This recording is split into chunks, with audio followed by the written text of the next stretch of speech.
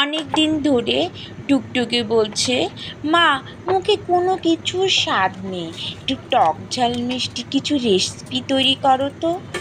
তাই মনে করলাম চাই টক ঝাল মিষ্টি তেঁতুলের চাটনি তৈরি করে ফেলি। যেমন কথা তেমন কাজ, চলে এলাম রান্নাঘরে।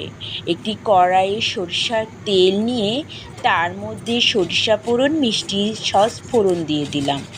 মিষ্টি সস সরিষা ফোড়ন দেওয়ার পরে এর মধ্যে যেহেতু ঝাল ঝাল খাবো সেজন্য বেশি করে ৬-৭টা শুকনো মরিচ দিয়ে দিলাম।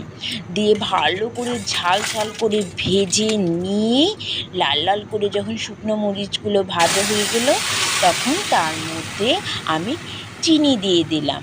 আমি এখানে ৩ কাপ পরিমাণ চিনি ব্যবহার করেছি, তোমরা প্রয়োজন অনুযায়ী চিনি দিতে পারো।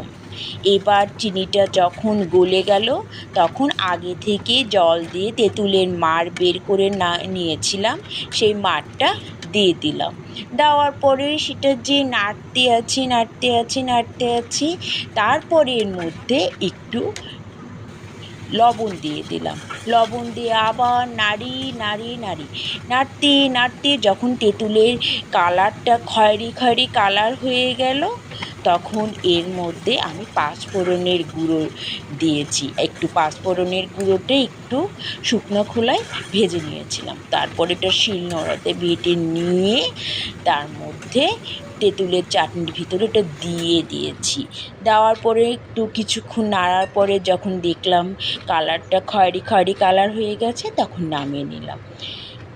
একদম টক ঝাল মিষ্টি, যেমন টক তেমন ঝাল আর তেমনই মিষ্টি, কী যে স্বাদ হয়েছে! যে খাবে তারই মুখে রুচি চলে আসবে। অবশ্যই তোমরা ট্রাই করবে।